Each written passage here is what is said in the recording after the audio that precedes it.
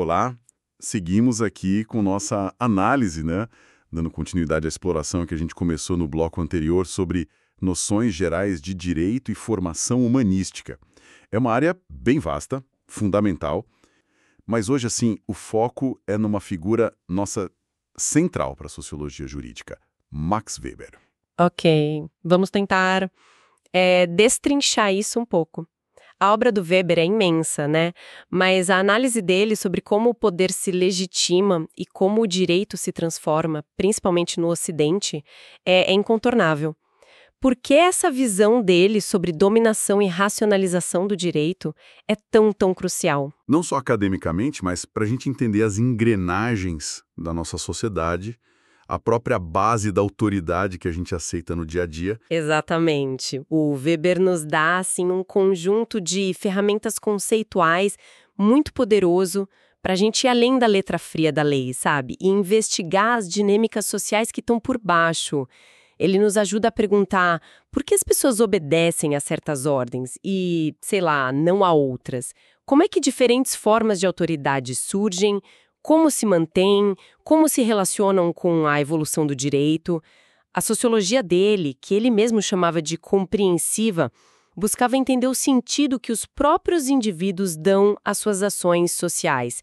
E isso inclui a ação de obedecer ou então de criar leis. E essa sociologia compreensiva, ela já começa com uma distinção importante que ele faz, né? Aquela entre o papel do cientista e o do político, separando a ética da convicção da ética da responsabilidade. Como isso prepara o terreno para a análise dele do direito? Sim, essa separação é tipo um ponto de partida metodológico-chave para ele. Weber defendia que o cientista social, ao analisar a realidade, devia buscar a tal da neutralidade axiológica. Neutralidade axiológica. O que seria isso exatamente? É basicamente separar os próprios valores e convicções políticas, que seria a ética da convicção, focada nos princípios da análise mais objetiva dos fatos, das causas e efeitos.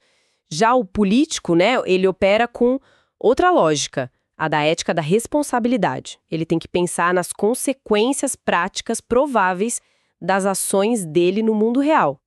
Ao adotar essa postura mais neutra, Weber não queria ser apolítico, entende?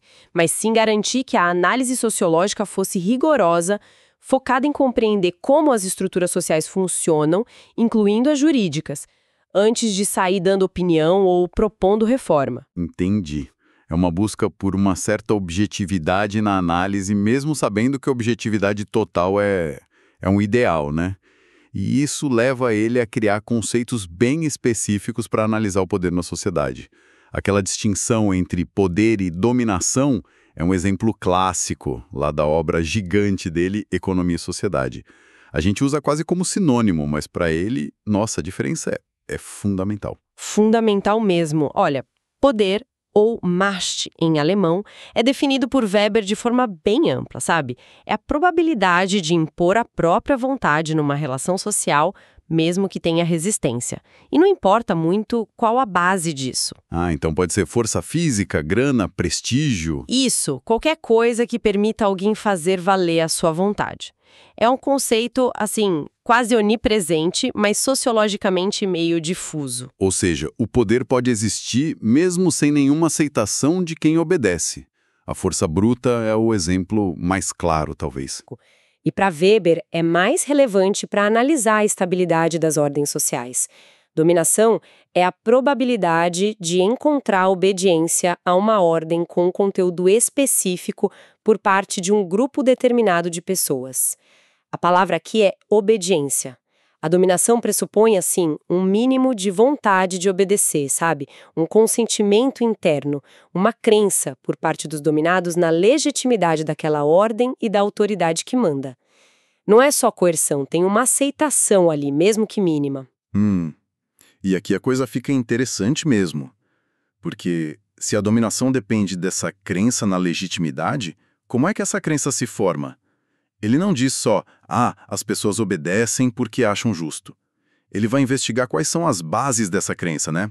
Quais os tipos de dominação legítima que ele identifica. É aí que entram os famosos tipos ideais de dominação legítima. Weber constrói 3 modelos puros, que ajudam a gente a entender as diferentes fontes de legitimidade onde a autoridade pode se apoiar. Mas é crucial lembrar, são tipos ideais, são ferramentas de análise, abstrações que acentuam certas características. Na vida real, na história, essas formas quase sempre aparecem misturadas, sabe? Mas a distinção ajuda a ver qual delas predomina, qual a lógica principal ali. O primeiro tipo é a dominação tradicional. A legitimidade dela vem da crença na santidade das tradições antigas, do sempre foi assim. A autoridade pertence a pessoas ou famílias indicadas por essa tradição. Reis, patriarcas, senhores feudais. Certo, tipo poder passado de pai para filho. Isso. A obediência não é a regras escritas impessoais, mas a pessoa do Senhor, dentro dos limites que o costume define.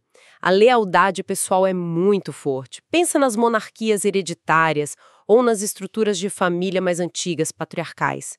A própria administração costuma ser patrimonial. Os cargos são distribuídos por confiança pessoal, não por competência técnica. Faz sentido. A força do costume, da herança, validando quem manda. E o segundo tipo? Parece ser quase o oposto em termos de estabilidade, talvez. Exatamente. O segundo tipo é a dominação carismática. A base da legitimidade aqui é completamente diferente. Ela está na devoção afetiva, na crença nas qualidades excepcionais, quase sobrenaturais ou sobre-humanas de uma pessoa específica, o líder carismático. Ah, tipo um profeta, um herói de guerra, um grande líder revolucionário. Isso, ou até um demagogo com um poder de oratória incrível. A autoridade vem diretamente dessa figura, das suas revelações, das suas ordens. É uma forma de poder muito pessoal que muitas vezes surge em momentos de crise, rompendo com as tradições ou as regras que existiam. Mas, como você disse, parece instável. O que acontece quando o líder morre ou, sei lá, perde o encanto? Essa é a principal característica e também a fragilidade dela. A dominação carismática pura é, por natureza, instável. Ela depende da demonstração contínua do carisma e da fé dos seguidores. Quando o líder some ou falha em manter essa crença, a dominação tende a se acabar ou então passa por um processo que Weber chama de rotinização do carisma. Rotinização? Como assim? É quando se tenta transformar aquela autoridade excepcional em algo mais duradouro, mais estável, seja pela via tradicional, tipo uma sucessão hereditária ou alguém que ele indicou, ou pela via racional legal, que é criar regras, hierarquias, uma burocracia para organizar aquilo. Ah, interessante. E essa via racional legal leva a gente para o terceiro tipo, né? Que parece ser o mais importante para a gente entender o direito e o Estado moderno, correto? Exatamente. O terceiro tipo ideal é a dominação racional ou legal, que também chamam de burocrática. Aqui, a legitimidade não vem nem da tradição, nem do carisma de alguém. Ela vem da crença na legalidade de normas, de regras criadas racionalmente e no direito de mandar daqueles que foram escolhidos para exercer a autoridade de acordo com essas regras. Você não obedece à pessoa do chefe, mas à ordem impessoal, objetiva, que foi criada legalmente. É a forma de dominação típica do Estado moderno, das grandes empresas, de qualquer organização grande que funciona com base em estatutos, regulamentos, procedimentos formais. E o instrumento principal dessa dominação deve ser a burocracia, imagino. Sem dúvida. Para Weber, a burocracia é a forma mais pura e tecnicamente a mais eficiente de exercer a dominação racional legal. Ela funciona com base em princípios como hierarquia clara, competências definidas por regras, especialização das funções e impessoalidade. Impessoalidade no sentido de que o funcionário não é dono do cargo, né? Ele age segundo as normas, não a vontade pessoal. Exato. E também profissionalismo, tudo documentado por escrito. Essa estrutura toda garante previsibilidade, calculabilidade e eficiência na administração em grande escala. Certo. Então temos os três tipos de dominação: tradicional, carismática e racional legal. Agora, como isso se conecta especificamente com o direito e com aquele processo de racionalização que o Weber viu no Ocidente. Ele não fala só dos tipos de dominação, ele também fala dos tipos de direito, certo? Exato. Weber não analisou só as bases da legitimidade do poder, mas também como o próprio direito evoluiu, se diferenciou. Ele usou tipos ideais para classificar o direito também, só que com base em 2 eixos. Um eixo é a racionalidade, se as decisões seguem princípios gerais, lógicos, versus a irracionalidade, se as decisões são baseadas em adivinhação, ordalhos, revelações ou só na opinião subjetiva de quem julga. E o outro eixo é o caráter formal, se as decisões se baseiam só em critérios jurídicos internos ao sistema legal, versus o caráter material, se as decisões levam em conta coisas de fora do direito, tipo justiça social, ética, política e equidade. Entendi. Então, cruzando esses 2 eixos, a gente teria 4 tipos ideais de direito. Isso mesmo. Teríamos, primeiro, o direito irracional material. Decisões baseadas em valores emocionais, éticos do momento, caso a caso, sem regra geral, por arbitrariedade ou o senso de justiça individual do juiz. Certo. Segundo, o direito irracional formal. Decisões baseadas em procedimentos formais, mas que não são controlados pela razão. Tipo os ordalhos, prova de fogo, de água, consulta a oráculos, juramentos mágicos.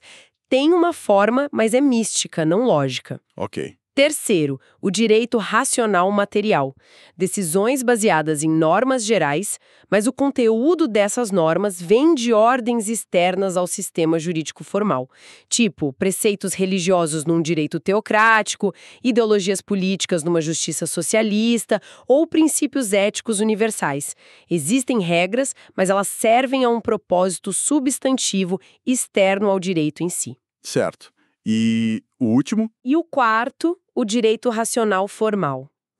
Decisões baseadas exclusivamente em normas abstratas e gerais do próprio sistema jurídico, aplicadas de forma lógica a casos concretos.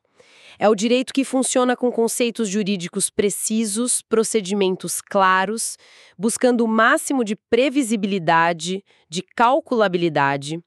A justiça aqui é aplicar a norma corretamente, sem levar em conta considerações éticas ou sociais de fora. E a grande tese do Weber é que o Ocidente passou por um processo único de racionalização que levou a predominar esse último tipo, o racional formal, é isso. E isso está ligado à dominação racional legal e à burocracia que a gente falou. Exatamente. O Weber argumenta que, embora outras civilizações tenham tido formas sofisticadas de direito, foi principalmente no Ocidente que aconteceu esse desenvolvimento tão forte do direito racional formal.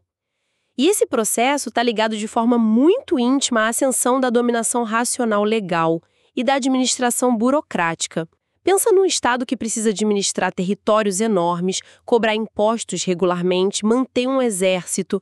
Ele precisa de um direito que seja previsível, calculável, aplicado de forma impessoal.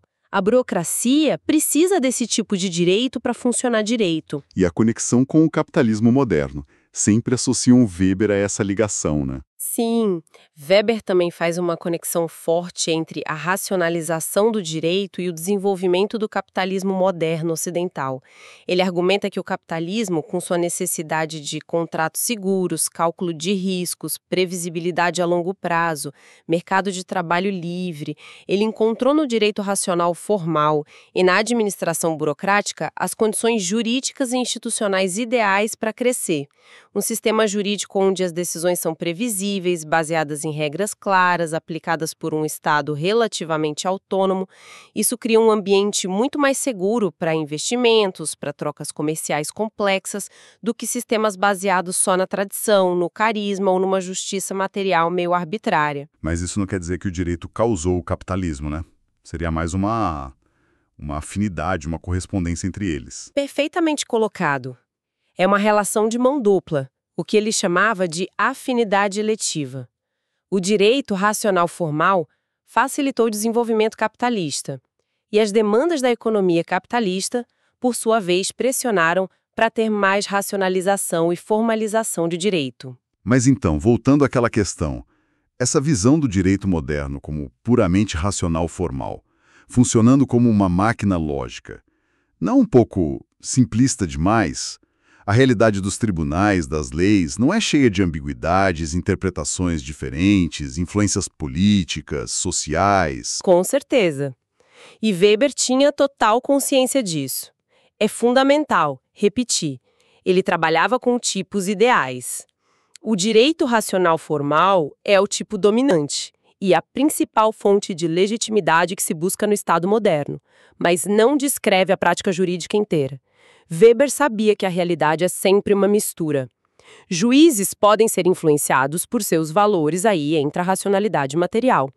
A força da jurisprudência pode ter elementos tradicionais e a retórica, o prestígio de um advogado ou juiz podem introduzir elementos carismáticos. Ou seja, a dominação racional legal existe na prática junto com restos ou até ressurgimentos das outras formas. Exatamente. E tem mais. O próprio processo de racionalização, para Weber, não é só coisa boa. Ele falou da famosa gaiola de ferro da racionalidade burocrática. A gaiola de ferro. Isso, um mundo cada vez mais administrado, desencantado, onde a lógica instrumental, as regras impessoais podem acabar sufocando a criatividade, os valores importantes, a própria liberdade individual. A busca sem fim por eficiência e calculabilidade poderia levar a gente a ficar preso nessas estruturas racionais que nós mesmos criamos. É uma visão um pouco sombria das consequências da modernidade, né? Mesmo ele reconhecendo a eficiência técnica dessa racionalização. Sim, Weber não era um otimista ingênuo sobre o progresso pela racionalização. Ele via tanto o poder libertador da razão, para se livrar da tradição e do arbítrio, quanto o potencial opressor dela. A análise dele é complexa, às vezes ambivalente sobre os rumos da sociedade moderna. Mas o fundamental é que ele nos deu as categorias para pensar essas tensões. Ok, recapitulando então o que a gente viu. Exploramos a perspectiva sociológica do Max Weber sobre o direito. Começamos com a sociologia compreensiva dele, a diferença entre poder e dominação, essa última precisando de legitimidade. Aí detalhamos os 3 tipos ideais de dominação legítima, a tradicional, baseada no costume, a carismática na devoção a um líder e a racional legal, que se baseia na crença na legalidade das normas. Vimos também como Weber analisou o próprio direito com tipos ideais, irracional material, irracional formal, racional material e irracional formal, e como ele descreveu o processo de racionalização formal do direito no Ocidente, conectando isso à dominação racional legal, à burocracia e às necessidades do capitalismo moderno. E entendemos que, claro, esses são modelos para análise, né? Que a realidade mistura essas formas e que a própria racionalização tem consequências ambíguas. Exato. E essa análise toda do Weber nos deixa com uma reflexão importante para os dias de hoje. Algo que vai além do estudo só histórico ou teórico. Até que ponto a obediência que a gente presta hoje às leis, às instituições, ao sistema de justiça como um todo, ainda se baseia firmemente naquela crença na legitimidade puramente racional legal, na validade formal das regras e dos procedimentos.